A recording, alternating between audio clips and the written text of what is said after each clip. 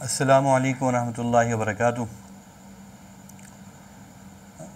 محرم الحرام قریب ہے، اس تعلق سے اعلان کیا گیا تھا کہ حضرت عمر رضی اللہ تعالیٰ عنہ کے تعلق سے صرف گروپ پہ سوالات کیے جائیں، تو بعض لوگوں نے حضرت عمر رضی اللہ تعالیٰ عنہ کے تعلق سے جو سوالات کیے ہیں ان کے جواب دیے جائیں گے، اور اس کے ساتھ ساتھ کچھ لوگوں نے کچھ اور بھی سوال کیے ہیں تو ان کو بھی اگر مناسب سمجھا جائے گا تو ان کے جواب دے دیا جائے گا۔ پہلا سوال محترم محمد منیب صاحب نے پوچھا ہے۔ بخاری شریف کی ایک روایت ہے، حدیث نمبر ہے 3864۔ اس میں یہ ہے کہ حضرت عمر رضی اللہ تعالیٰ عنہ ایک مرتبہ اپنے گھر کے اندر تھے اور لوگ حضرت عمر رضی اللہ تعالیٰ عنہ گھر پر چڑھ آئے تھے، تو حضرت عمر رضی اللہ تعالیٰ عنہ خوف زدہ تھے، نکل نہیں رہے تھے۔ تو اس وقت جو ہے ایک کافر شخص تھا عاص، اس نے حضرت عمر رضی اللہ تعالیٰ عنہ کو آ کر پناہ دی، اور تب حضرت عمر رضی اللہ تعالیٰ عنہ باہر نکلے۔ تو اس میں سوال یہ کرنا چاہ رہے ہیں کہ کچھ لوگ اس حدیث کو بنیاد بنا کر یہ کہتے ہیں کہ حضرت عمر رضی اللہ تعالیٰ عنہ بہت بہادر شخص نہیں تھے، بلکہ ڈرتے تھے اور خوف کے مارے اسلام لانے کے بعد اپنے گھر میں چھپ گئے تھے۔ دیکھیے، یہ بات بالکل ہم سمجھتے ہیں نہ تاریخ سے واقفیت ہے، نہ حدیث سے واقفیت ہے۔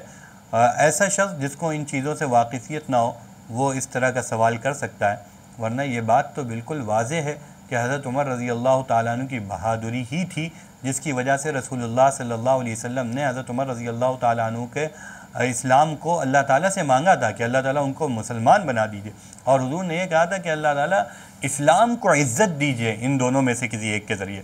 اللہ تعالیٰ نے اسلام کی عزت کے لیے حضرت عمر رضی اللہ تعالیٰ عنہ کو چنا تھا۔ تو اس کے بارے میں یہ تصور قائم کرنا کہ وہ ڈرپوک تھا، خوفزدہ تھا، یہ بات صحیح نہیں ہے۔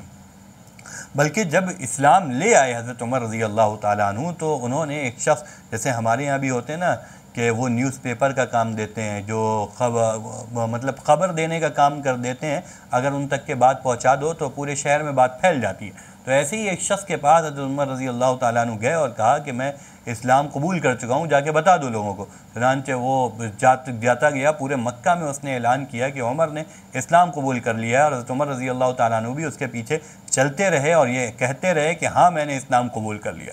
تو جب یہ اعلان کر رہے تھے تو ایک بھیڑ، ایک جتھا حضرت عمر رضی اللہ تعالیٰ عنہ پر آیا، حملہ آور ہوا۔ تو ظاہر ہے بہادر تھے اور اسی بہادری کے نتیجے میں یہ ہوا تھا، لیکن ایک پوری جب بھیڑ ہو تو اس کا مقابلہ کرنا آسان نہیں ہوتا ہے۔ اس نے حملہ کیا حضرت عمر رضی اللہ تعالیٰ عنہ پر، حضرت عمر رضی اللہ تعالیٰ عنہ کو چوٹیں پہنچی۔ اس کے بعد حضرت عمر رضی اللہ تعالیٰ عنہ اپنے گھر آ گئے۔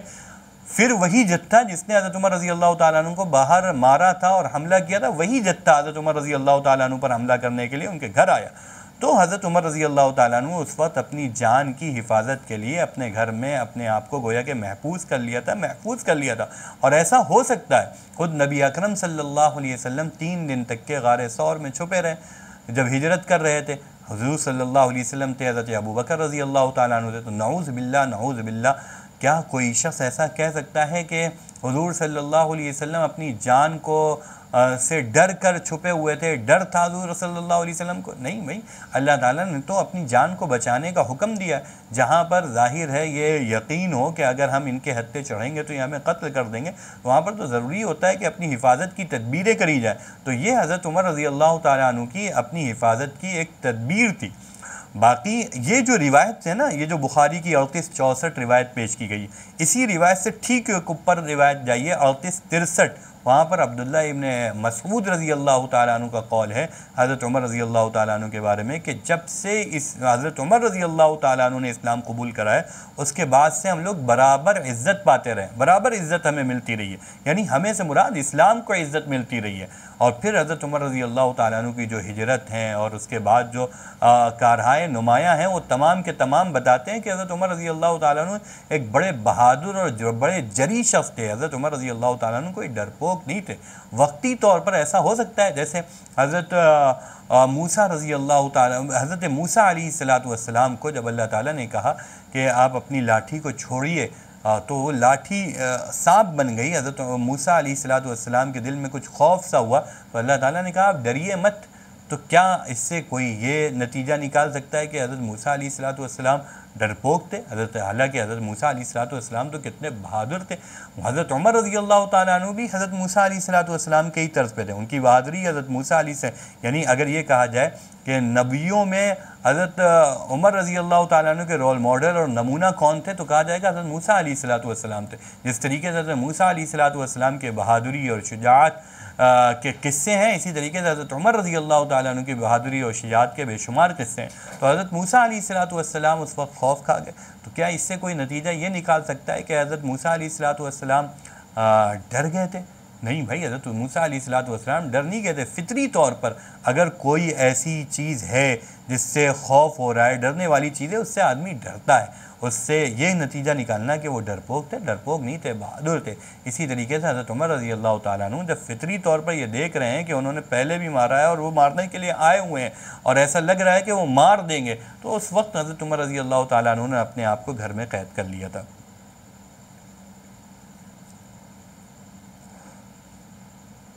دوسرا سوال محمد عثمان صاحب پوچھتے ہیں. السلام علیکم. وعلیکم السلام ورحمۃ اللہ.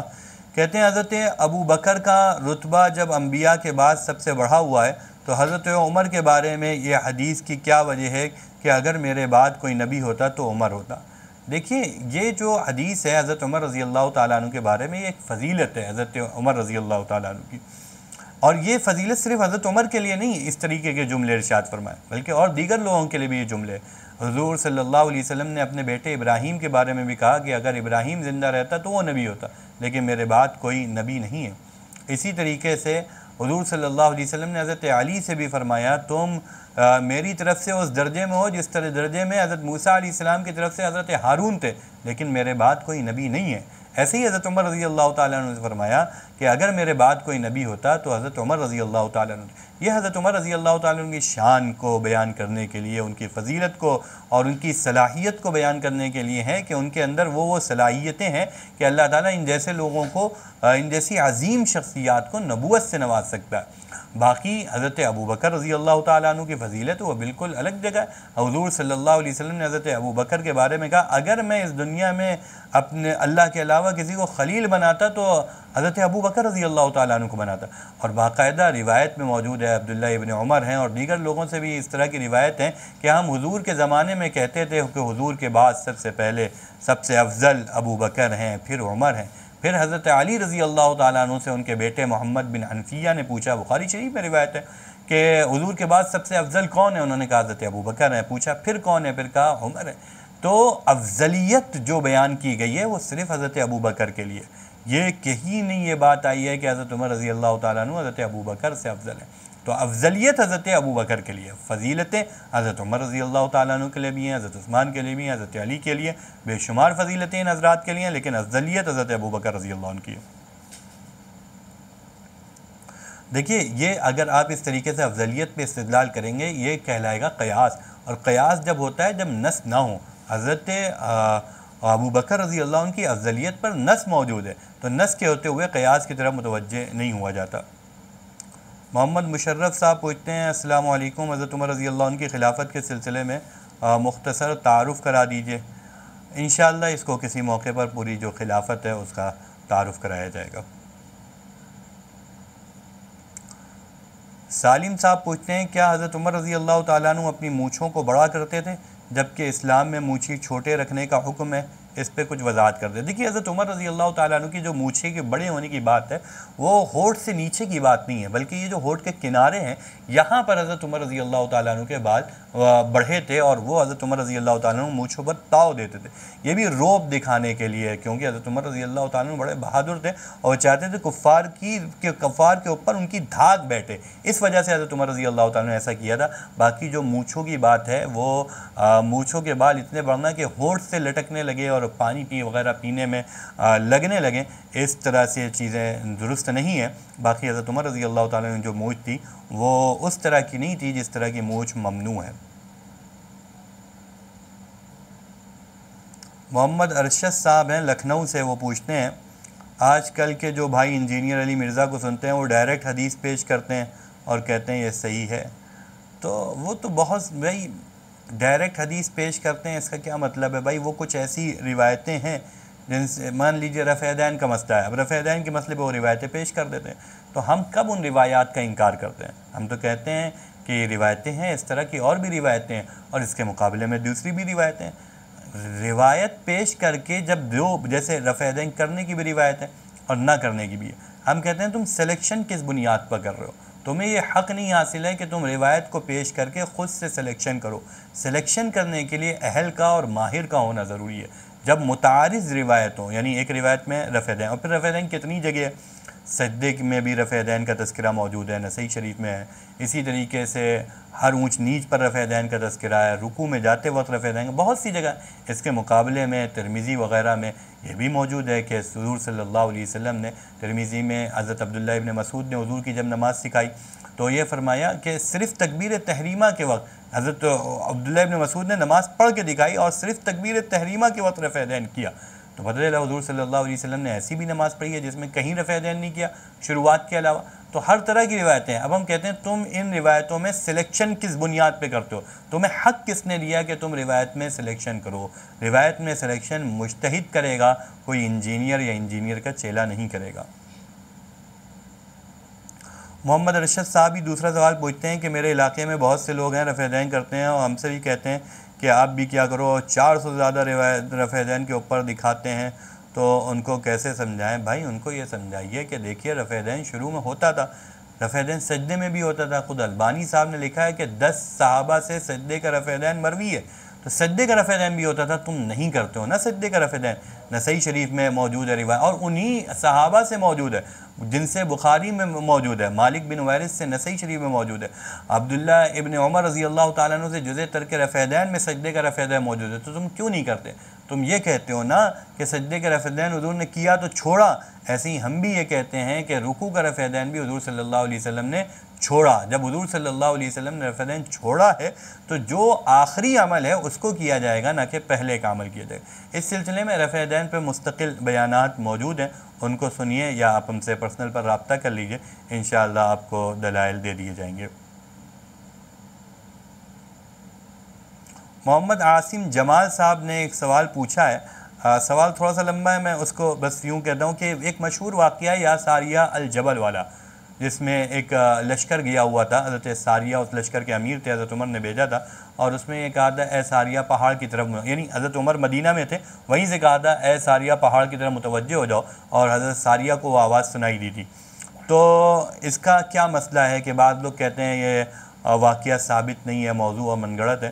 نہیں، ایسا نہیں ہے، یہ واقعہ ثابت ہے، اس کو بہت سے لوگوں نے نقل کیا ہے، امام بیہقی نے اس کو نقل کیا ہے اور اس کی سند کو حسن کہا ہے۔ اسی طریقے سے امام بیہقی کے علاوہ بھی بہت سے لوگوں نے، خود علامہ ابن تیمیہ نے اس واقعے کو نقل کیا ہے اور اس سے کرامت کے ثبوت پر استدلال کیا ہے۔ تو ایسا نہیں ہے یہ واقعہ ثابت نہیں، بلکہ یہ واقعہ ثابت ہے۔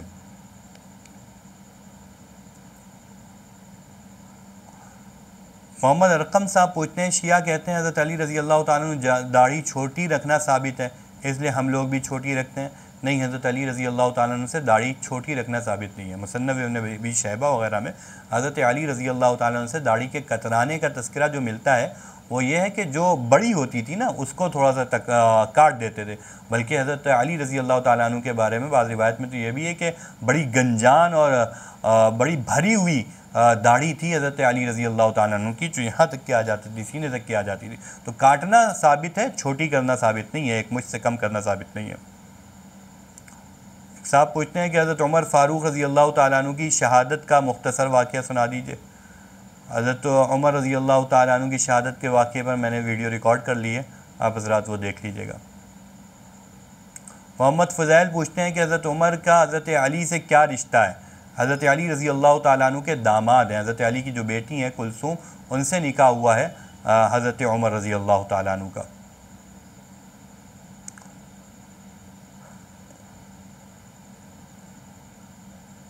احمد صاحب نے پوچھا حضرت عمر رضی اللہ تعالیٰ عنہ کی شہادت 26 ذی الحجہ کو ہوئی تھی یا یکم محرم الحرام کو؟ دیکھیے حملہ جو ہوا تھا وہ بعض روایت میں 26 ذی الحجہ، بعض روایت میں 27 ذی الحجہ ہے، تو یہ مختلف ہے۔ باقی جو شہادت ہوئی ہے وہ یکم محرم الحرام کو ہوئی ہے، بعض لوگ کہتے ہیں یکم محرم الحرام کو حضرت عمر رضی اللہ تعالیٰ عنہ کی تدفین ہوئی ہے۔ تو روایات میں اور تاریخ وغیرہ میں اختلاف ہوا کرتا ہے۔ اس کے علاوہ بھی بہت سے لوگوں نے سوال کیے ہیں جو ہمارے موضوع سے متعلق نہیں ہے، یعنی آج کا موضوع جو تھا حضرت عمر رضی اللہ تعالیٰ عنہ کا، اس سے متعلق نہیں ہے، اس لیے ان کے سوال چھوڑے جا رہے ہیں، جواب ابھی نہیں دیے جا رہے ہیں۔ باقی اگر مناسب ہوگا تو آئندہ ویڈیو میں اس کے جواب دے دیں گے یا پرسنل پر جواب دے دیے جائیں گے انشاءاللہ۔